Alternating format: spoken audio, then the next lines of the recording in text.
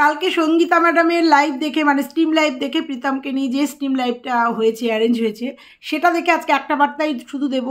কালকে কমেন্টও করেছি, প্রীতমের একটা সুস্থ জীবন কামনা করি। আর এই যে প্রীতম যথেষ্ট শিক্ষা পেয়ে গেছে, 1.5 মাসে ও বুঝে গেছে বাস্তবটা কি, আশা করি বুঝে গেছে। আশা করি এই ভুল, এই যে চরম ভুল, এই ভুলগুলো আর করবে না। আর তার সাথে প্রীতমের মায়েরও মনে হয় যে কালকে লাইভ দেখে মাও নিশ্চয়ই দেখেছে, বুঝে গেছে যে মার অন্ধ স্নেহ কতটা ছেলেকে খারাপ পথে নিয়ে গেছিলো। যাই হোক, সবাই যখন বলেছে যে মাকেও সংযত হতে হবে, প্রীতমও কথা দিয়েছে যে এরপরে যদি মা কন্ট্রোভার্সিয়াল কোনো ভিডিও করে তাহলে ভিডিওটা ডিলিট করে দেবে। সর্বোপরি প্রীতমের একটা সুস্থ জীবন কামনা করি। কারোরই ক্ষতি চাই না, ক্ষতি করার জন্য ইউটিউবে আসিনি, শুধু যারা যে অন্যায়গুলো করবে সেগুলো বলতে এসেছি। প্রথম দিন থেকে বলে এসেছিলাম সঙ্গীতা ম্যাডামকে যে এইটা হওয়ার নয়, কারণ রিনি সংসার করার মেয়ে না, ওকে দেখলেই বোঝা যেত ও অ্যাডাক্টেড। এটা আস্তে আস্তে ক্রমশ প্রকাশ হয়ে যাচ্ছে। ডে 1 থেকে বলে আসছি যে ও সংসার করার মেয়ে না, ওদের মা আর মেয়ের এটা হচ্ছে একটা নাটক, এই ইনকামের একটা সোর্স অফ ইনকামের নাটক।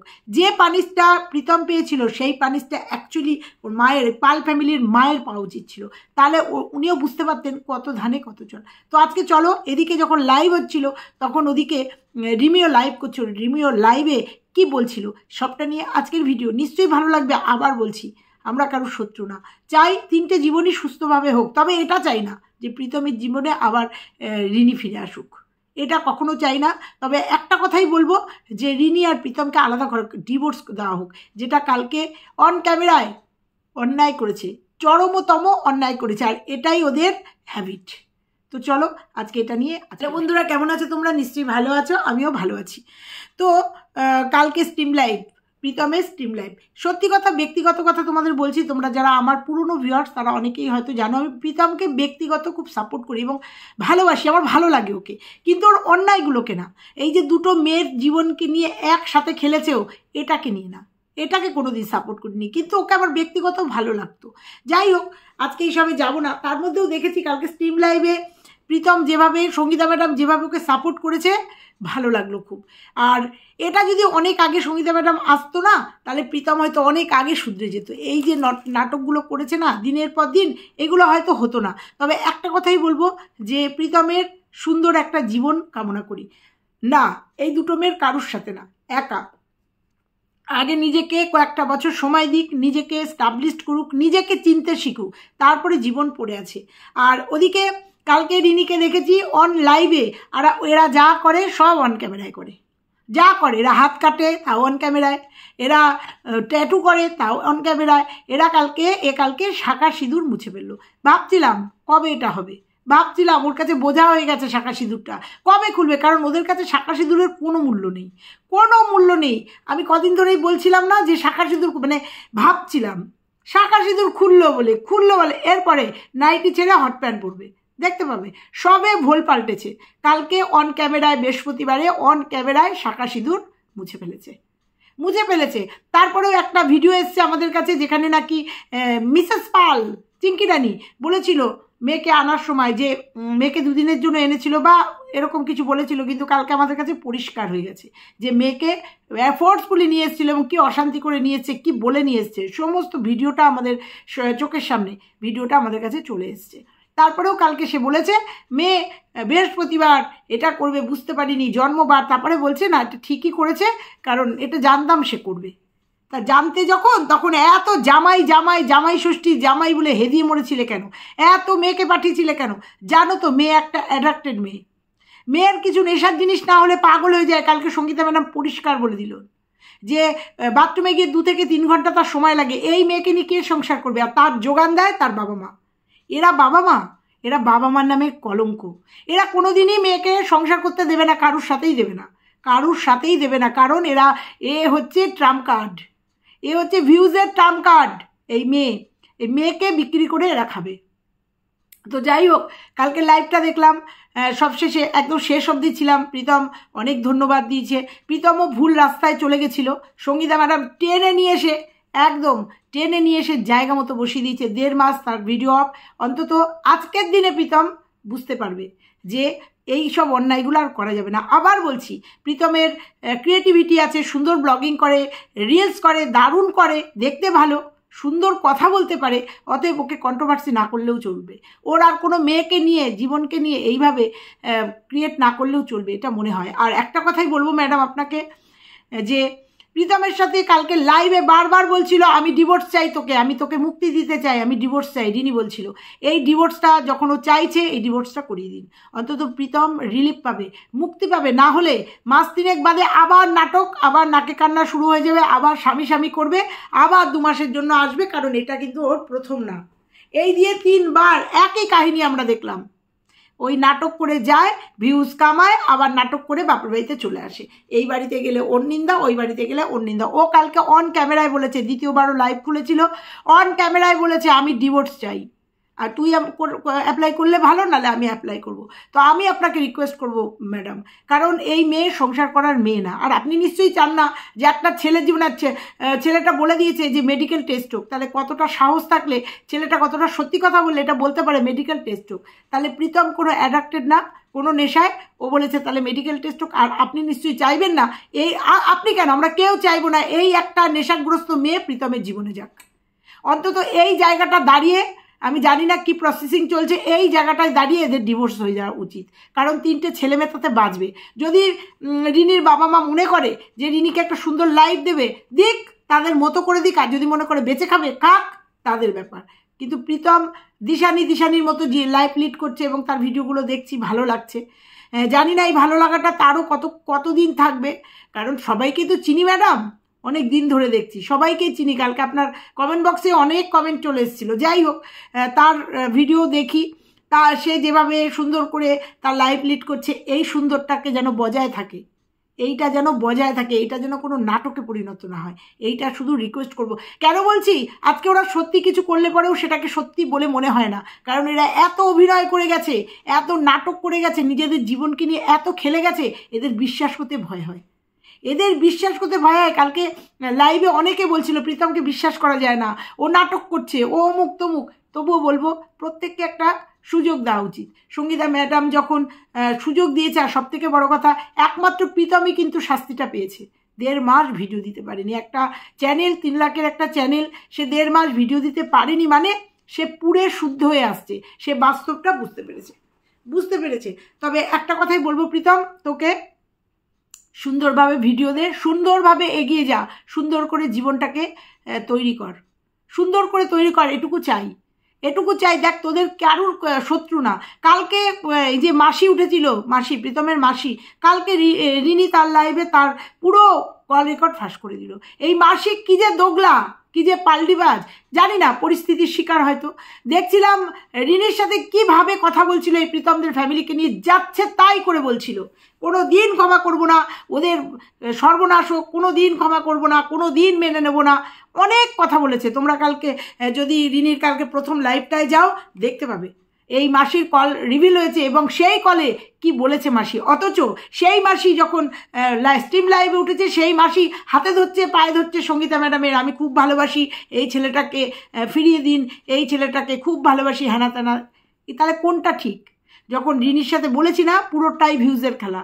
যখন রিনিকে ব্যবহার করেছে, এখন বুঝে গেছে রিনিকে আর ব্যবহার করা যাবে না, এখন প্রীতমদের কাছে এসছে। হ্যাঁ, ভালোবাসা তো একটা থাকতেই পারে, বোনের ছেলে তো সন্তান, তো নিজের সন্তানের মতো হওয়া উচিত। তাহলে যখন ওই যে অন ক্যামেরায় লাইভগুলো করেছে না, তখন চিন্তা করা উচিত ছিল। তখন কোথায় ছিল এই ভালোবাসা? তখন চিন্তা করেনি যে এইগুলো অন ক্যামেরায় লাইভ হচ্ছে, লাইভে এসব নোংরা থেকে নোংরাতর কথা বলছি, সেই কথাগুলো সমস্ত দর্শক, পৃথিবীর লোক দেখছে। তখন কোথায় ছিল? তখন চিন্তা করেনি ভালোবাসাটা। তখন পরের মেয়েটা ভালো হয়ে গেছিলো, বৌমা ভালো হয়ে গেছিলো। আর কালকে দেখলাম বৌমার সঙ্গে কীভাবে গট আপ হয়েছে, সেট আপ হয়েছে, কীভাবে প্রীতমদের নিন্দা করেছে বৌমার কাছে, কীভাবে করেছে। হাসপাতালে দেখতে যায়নি, এক জায়গায় ফোন করে বলেছে আমার সামনে আসলো, এই তো বেঈমান, আমার সামনে আসলো, এসে শাশুড়িকে, প্রীতমকে দেখে গেল। আবার কালকে দেখলাম বলছে যে না, আমার সাথে তো চ্যালেঞ্জ করেছিল প্রীতম যে আমি ডাকলেই চলে আসবে। এদের চেনা, এদের যারা চিনবে না, তারা এখনো মায়ের গর্ভে রয়েছে। তবুও বলবো, সঙ্গীতা ম্যাডাম যেহেতু মধ্যস্থতা করছে, পরিবর্তন হোক, পরিবর্তন আসুক মানুষের। কন্ট্রোভার্সির জায়গায় থাকুক, ভিডিও থেকে যেটা বলবে সেটা হোক, কিন্তু এই রকম নোংরামি না, এই রকম। আর কল রিভিল, এর কাছে একরকম বলছে, মানে বৌমার সাথে যখন কথা বলছে তখন একরকম, অন ক্যামেরায় যখন লাইভ করছে তখন একরকম, স্ট্রিম লাইভে উঠছে যখন তখন আর এক রকম। এইগুলো বন্ধ হোক, কারণ কিচ্ছু এদের গোপন থাকে না, কিচ্ছু না, সবটা চলে আসে। ইভেন যখন রিনির মা ওকে আনতে গেছিলো সেটা আমরা দেখেছি, লুকিয়ে ভিডিও হয়েছে এবং সেই ভিডিও পাবলিক হয়ে গেছে, যে কি বলেছে কি মুহূর্তে, মানে এদের কোনো জীবনটাই পুরো পাবলিক। এটা হতে পারে বন্ধুরা? এটা এইভাবে চলতে পারে? এই নোংরামি চলতে পারে? যে কোনো জিনিস এদের ভিডিও হয়, এদের সাথে কথা বলা চলা মানে মারাত্মক রিস্ক। তো এইগুলো বন্ধ হোক, এইগুলো বন্ধ হোক। তো যাই হোক, কালকে রিনিও প্রমাণ করে দিয়েছে যে মাসি কতটা দোগলা।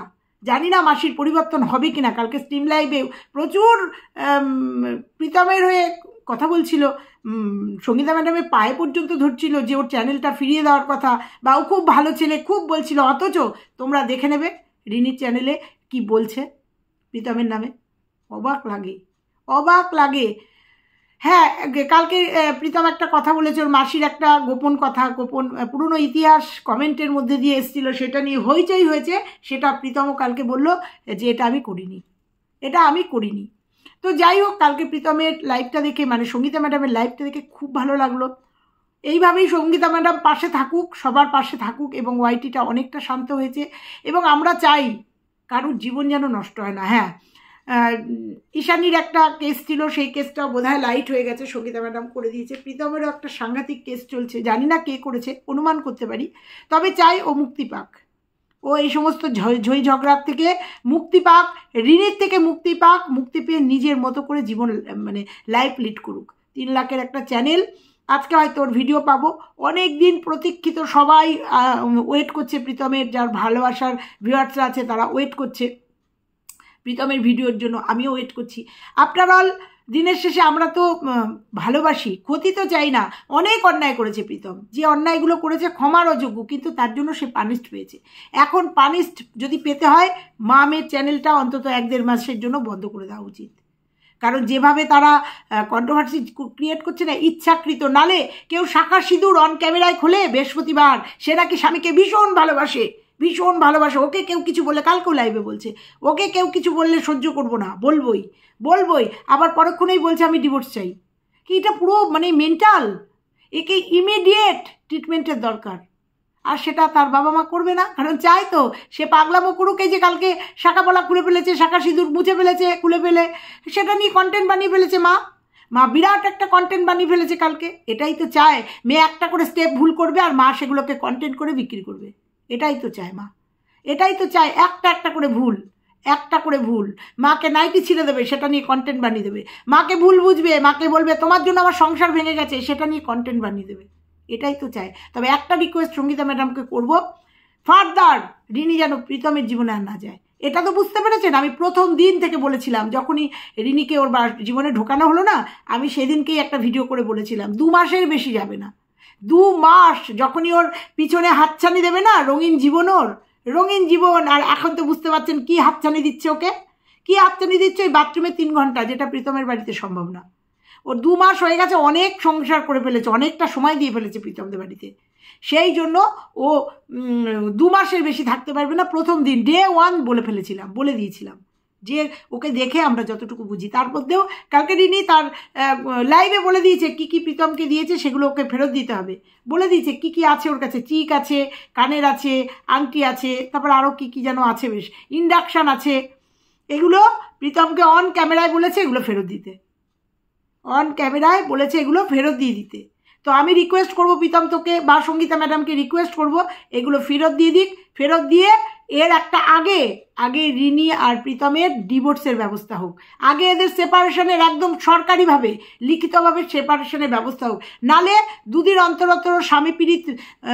স্বামী প্রেম উতলে উঠবে আর ও লাইভ খুলে কাঁদতে বসে যাবে। তবে একটুখানি এখন স্বামী প্রেম একটু কম হবে, কারণ ওদিকে ঈশানী সংসার করছে তো ওর তো মানে মূল প্রবলেমই ছিল, এদের দুজনেরই মূল প্রবলেম ছিল হচ্ছে 2 জনের মধ্যে কে প্রীতম কার, 2 জনের মধ্যে প্রীতম কার, ভালোবাসা ব্যাপার ছিল না। তো ঈশানী সেপারেট হয়ে গেছে, ও দেখেছে, ও এখন বলছে, কালকে লাইভে দেখলাম প্রীতম বলছে, ও বলছে তুই বল সংসার করবি কি না, আবার ওরও কলেজ শুনলাম, নাহলে আমি অন্য কোনো রিলেশনে যাব। তাহলে বুঝেছো, এদের কাছে রিলেশনটা কোনো ম্যাটারই করে না, ম্যাটারই করে না। যে ঠিক আছে স্বামীর সাথে বনছে না, ওই জন্য দেখি, নিজে ওয়েট করি, সময় দিই স্বামীকে, স্বামীকে সময় দেওয়ার পরে দেখা যাক কী হয়।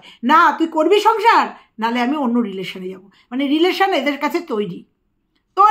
কোন পুরুষরা বসে থাকে এদের সাথে রিলেশন করার জন্য আমি বুঝি না, রিলেশনের জন্য তৈরি। কালকেও সেই একই কথা শুনলাম, তুই আমার সংসার কর, নাহলে অন্য রিলেশনে যাব। তারপরে আবার সেখানে রিলেশনে আবার 2-3 মাস থাকবে, আবার এখানে চলে আসবে। এই রকম নোংরামিগুলো বন্ধ হোক। কালকে অন ক্যামেরায় রিনি এগুলো বলে গেছে। আর প্রীতমকে বলবো ইমিডিয়েট ওর যা আছে সমস্ত ফেরত দিয়ে আয়, সমস্ত ফেরত পাঠিয়ে দে। কোনো স্মৃতি রাখতে হবে না ওর, কারণ ও যোগ্য স্ত্রী না, যে নাকি স্বামীর বিপদের দিনে স্বামীর পাশে না থেকে বাড়িতে গিয়ে বলে তুই সংসার করবি কিনা আগে বল। সেই ভয়েসটাও শুনলাম, বল। তারপরে শাখাপলা অন ক্যামেরায় বৃহস্পতিবারের দিন খুলে নেয়। আর যাই হোক, সে কারুর ভালো স্ত্রী হতে পারে না, কারুর ভালো স্ত্রী হতে পারে না। অনেক দোষ আছে প্রীতমের, আবার বলছি, অনেক দোষ আছে প্রীতমের মায়ের, অনেক ভুল আছে। অন্ধ স্নেহ মানুষটাকে শেষ করে দিয়েছে। এরকম আমার চোখে দেখা আরও অনেক ছেলে আছে, আরও 2-4টে ছেলে আমার চোখেও আছে, যে মায়ের অন্ধ ভালোবাসায় ছেলে শেষ, অন্ধ ভালোবাসায় তাকে কুপথে নিয়ে গেছে। সেটা বলবো যে কবিতাকে ওকেও সংযত হতে হবে, তো এটুকু আজকে বলবো। আগে প্রথম স্টেপ হওয়া উচিত এই যে রিনি আর প্রীতমের ডিভোর্সটা দরকার। যেহেতু কালকে অন ক্যামেরায় ও বলে গেছে আমি ডিভোর্স চাই, তুই করবি বা আমি করবো, ইমিডিয়েট ওদের ডিভোর্স হওয়ার দরকার। মিউচুয়াল ডিভোর্স যখন হচ্ছে, মিউচুয়াল ডিভোর্স হয়তো তাড়াতাড়ি হয়ে যাবে। ইমিডিয়েট প্রীতমকে ওই রিনি নামক ওই যে নারীটার থেকে সরানো উচিত। একটা নারীকে সরানো হয়েছে, এই নারীটাকে সরালে তবেই প্রীতমের জীবনটা সুস্থভাবে এগোবে। আর প্রীতমের যা শিক্ষা হয়েছে, আর কোনো নারীতে আসক্ত হবে না আপাতত, এটা মনে হয়। কারণ সোশ্যাল মিডিয়াতে সবটা চলে আসবে। তাহলে ওর যদি শিক্ষা হয়ে থাকে, ও বুঝে গেছে যে ও আদেও ওকে কেউ ভালোবেসেছিল নাকি, ও নিশ্চয়ই বুঝে গেছে। অতএব আগে দরকার ওর এই ডিভোর্স হওয়ার দরকার। তারপরে আজকে থেকে আমরা ভিডিও পাবো, প্রীতমকে দেখতে পাবো নতুন রূপে, প্রীতম নতুন উদ্যোগে এগিয়ে চলুক। অনেক শিক্ষা হয়েছে, এটা মাথায় রেখে। আর কালকে স্ট্রিম লাইভে যে কথাগুলো প্রীতম সবার সর্বসম্মুখে দিয়েছে, কারণ এই প্রীতমও কিন্তু সঙ্গীতা ম্যাডামকে অপমান করেছিল, প্রথমের দিকে করেছিল, ভুল বুঝেছিল। তো যাই হোক, সমস্ত মিটে গিয়ে যখন সঙ্গীতা ম্যাডাম এগিয়ে গিয়ে প্রীতমের পাশে ঢাল হয়ে দাঁড়িয়েছে, কালকেও কথা দিয়েছেন সঙ্গীতা ম্যাডাম যে প্রীতমের কিছু হলে, মানে কোনো ঝড় আসলে উনি আগে দাঁড়াবে। সব থেকে বড় পাওনা এটা প্রীতমের, যে এরকম একটা মানুষ ওর পাশে দাঁড়িয়ে গেছে। আর মানুষটার কি ক্ষমতা এতদিনে অন্তত বুঝে গেছে, 1.5 মাসে অন্তত প্রীতম বুঝে গেছে সঙ্গীতা ম্যাডামের ক্ষমতাটা কি। অতএব সেই দিকটায় তাকিয়ে প্রীতমকে বলবো, নিজের ছন্দে এগিয়ে যা। যে শিক্ষা তোর এই 1.5 মাসে হয়েছে, নিজেকে সংশোধন করে নিয়েছিস, আরও সংশোধন হয়ে যা। আর ওই পাশ থেকে যদি ওই সমস্ত ব্লক করতে বলেছে, সমস্ত ব্লক করে দিবি, কারুর কথায় উত্তর দিবি না, ইভেন রিনির কোনো ভিডিও দেখবি না, দেখলেই মাথা গরম হয়ে যাবে। আর তোর প্রচণ্ড হট টেম্পার, ভীষণ মাথা গরম, তুই কারোর কমেন্ট সহ্য করতে পারিস না, ভিডিও তো দূর, যদিও অনেকটা কন্ট্রোল হয়েছে। কালকে শুনলাম, বললি যে আমার মাথা গরম, খুব অন্যায় করেছি, এই অন্যায়গুলো আর করিস না, এতদিন শাসন করার কেউ ছিল না জন্য বেপরোয়া হয়ে গেছিলি ভিউজের জন্য। কালকে ওই যে একজন বলছিল না যে অ্যাডাক্টেড হয়ে গেছিস, ভিউজের অ্যাডাক্টেড, এটা একদম তাই। তুই ভিউজের অ্যাডাক্টেড হয়ে গেছিস, তার জন্য কত নোংরায় নিচে নেমে গেছিস, চিন্তা করিস নি। ভিউজ দরকার, ভিউজ, এটা হলে বোধহয় ডবল ভিউজ হবে। সে ভিউজে অ্যাডাক্টেড হয়ে গেছিস, অন্তত শিক্ষা হয়েছে, বুঝতে পেরেছিস।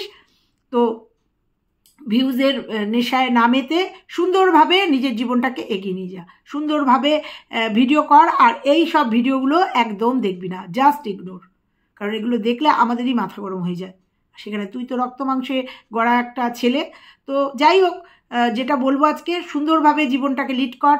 ব্যক্তিগত তোকে খুব ভালোবাসি, স্নেহ করি, সব থেকে ভালো কথা, ভীষণ স্নেহ করি, চাই না কারোর জীবনই নষ্ট হয়ে যাক। তো যাই হোক, এসব ভিডিওগুলো দেখিস না, আর খুব তাড়াতাড়ি ব্যবস্থা কর। আর খুব তাড়াতাড়ি চাইবো তোর মাথার উপরে যত বিপদ আছে সেগুলো সব কেটে গিয়ে সুন্দর একটা দিনের আলোর মতো তোর জীবনটা হোক। এইটুকুই আজকে তোকে বলবো, শুধু এই বার্তাটা দেবো। তো চলো, আজকে এ পর্যন্তই থাকলো। ভালো লাগলে লাইক, কমেন্ট, শেয়ার, আর চ্যানেলে নতুন হলে চ্যানেলটা সাবস্ক্রাইব করে দিও। টাটা।